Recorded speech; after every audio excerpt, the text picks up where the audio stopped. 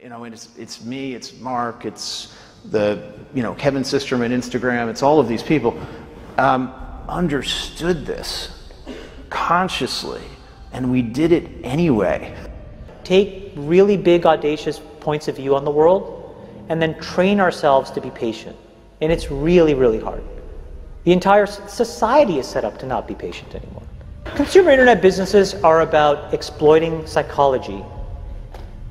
And that is one where you want to fail fast because, you know, people are unpredictable, and so we want to psychologically figure out how to manipulate you as fast as possible and then give you back that dopamine hit. We did that brilliantly at Facebook.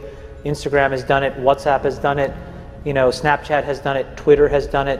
So there are great examples. WeChat is doing it. There are great examples of failing fast is the right path to exploiting psychology of mass populations of people. I feel tremendous guilt.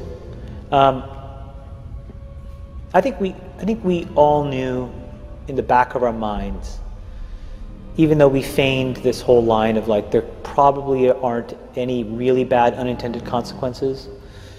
I think in the back, deep recesses of our minds, we kind of knew something bad could happen. But I think the way we defined it was not like this.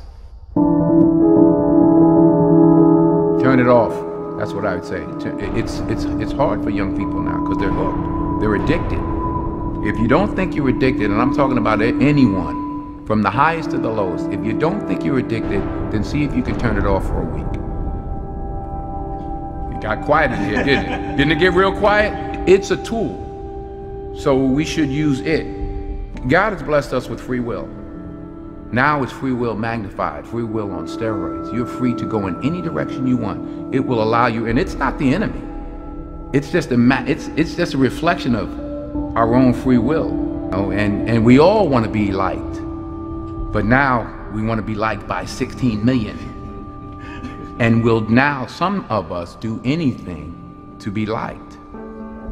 We used to do anything to be liked, but it was by the person in front of you. Now it's to be liked by 16 million people that you don't know. We have to ask ourselves, what is the long-term, if not the short-term effect of too much information?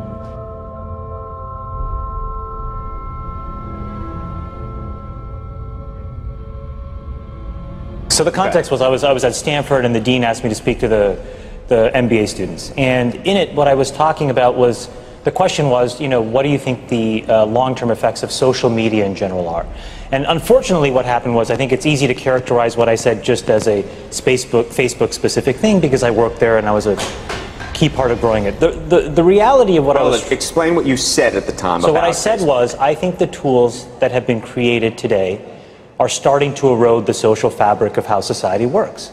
And what I meant by that is the following thing. Today we live in a world now where it is easy to confuse truth and popularity. And you can use money to amplify whatever you believe and get people to believe that what is popular is now truthful and what is not popular may not be truthful. You know, Joe and I, for example, we've been on the other side of climate for a long time, right? And the reality is now I can take money and I can use that through all of these social media systems that exist to hundreds of millions of people, and I can convince all of Joe's friends and everybody like him of my opinion in very subtle and small ways. And he can do the same to me. We can do that about vaccines. We can do that about gay rights. We can do that about bathroom laws. We can do that about Roy Moore.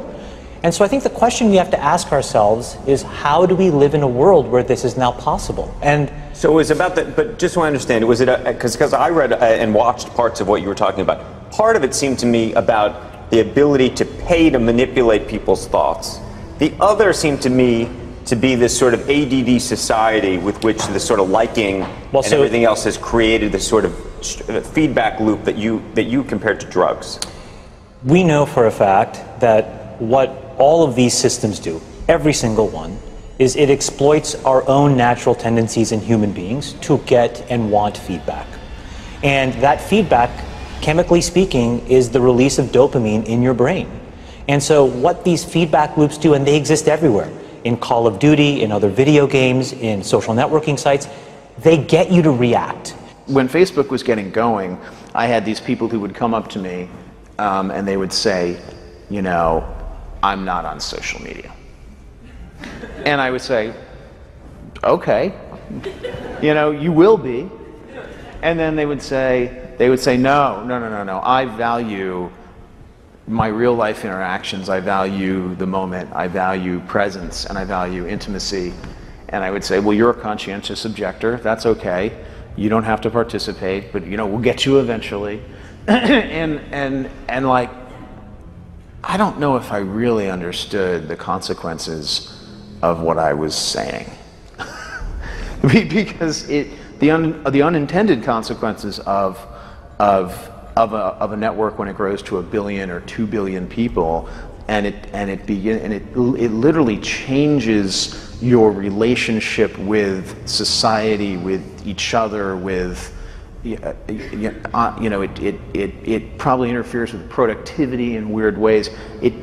God only knows what it's doing to our children's brains. You know, if the thought process that went into building these applications, Facebook being the first of them to really understand it, that thought process was all about how do we consume as much of your time and conscious attention as possible.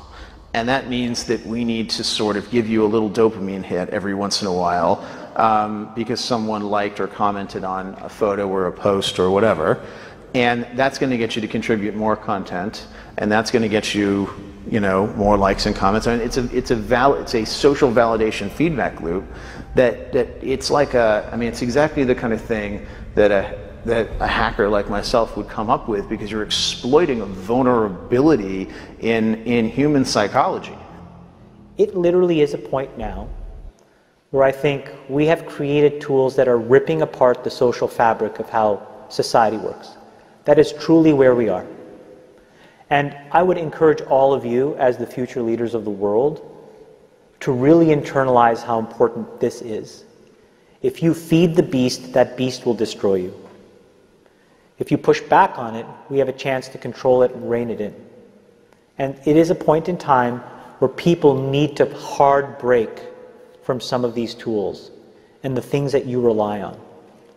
The short-term dopamine-driven feedback loops that we have created are destroying how society works. This is a global problem. So we are in a really bad state of affairs right now, in my opinion. It is eroding the core foundations of how people behave by and between each other. And I don't have a good solution. You know, my solution is I just don't use these tools anymore.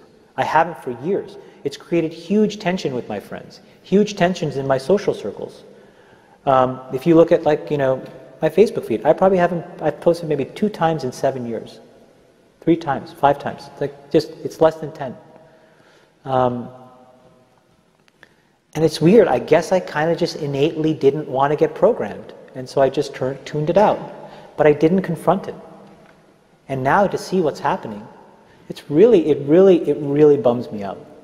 Like, think about, like, there were these examples where there was a hoax in WhatsApp where in some, like, village in India, people were, like, afraid that their kids were going to get kidnapped, etc.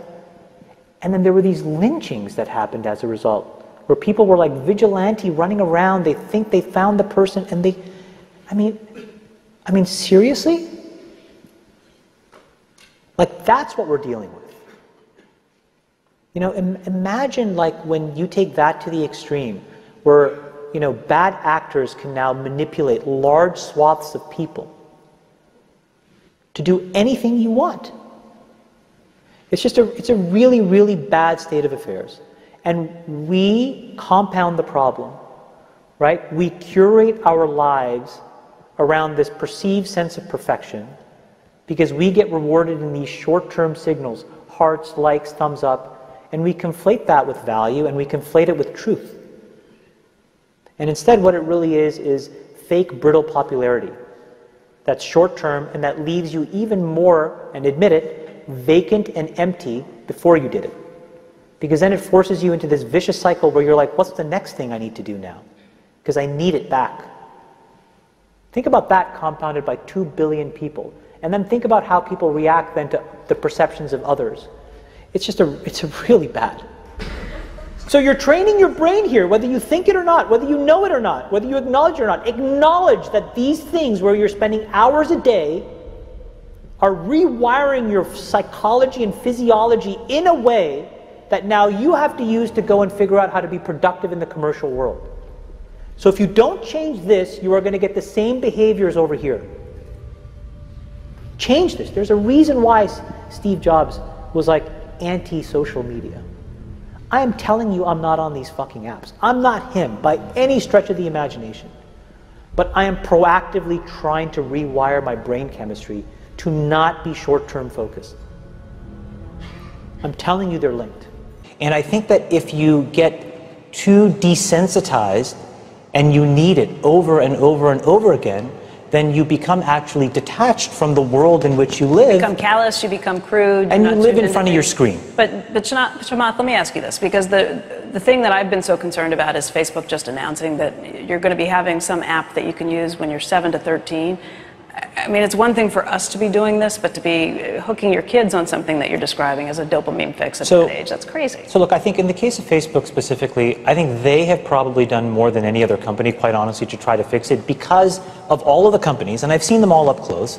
They're the most, frankly, to be very blunt and honest, the best run and the most technically sophisticated. But they're also emailing me if I haven't logged onto Facebook for a while saying, hey, did you see the post from so-and-so? Did you see the post from so-and-so? Trying to lure you back in. And again, we can make those decisions as adults, but as children, that is a different... Well, I think the product, and I don't know it quite honestly in as much detail as I should, but I think the way that that product works, because of privacy laws in the United States, you actually have to get parental permission. The point, though, is, and what you're bringing up is, I think, is the most important thing.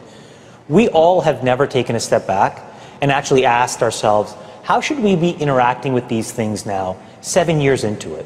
And what should we be expecting of the internet at large? Look, the reality may be the entire business model of the internet may be fundamentally somewhat broken, right? Because we allow ourselves to get interacted with in ways where we don't necessarily control the medium or the messenger. And we are not putting up any barriers to ever give yourself any downtime from that either. Exactly. And so it may mean that we all collectively need to figure out, not just individuals, but also the companies, also governments, quite honestly, how different business models need to exist so that we can actually divorce ourselves from how this stuff is working. So what goes on? Tonight here, a warning about Facebook and what some believe it's doing to kids.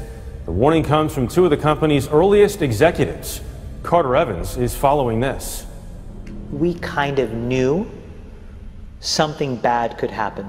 Chamath Palihapitiya, a former Facebook executive once in charge of user growth, now says he has tremendous guilt about the social network he helped build. We have created tools that are ripping apart the social fabric of how society works. And it's influencing the next generation.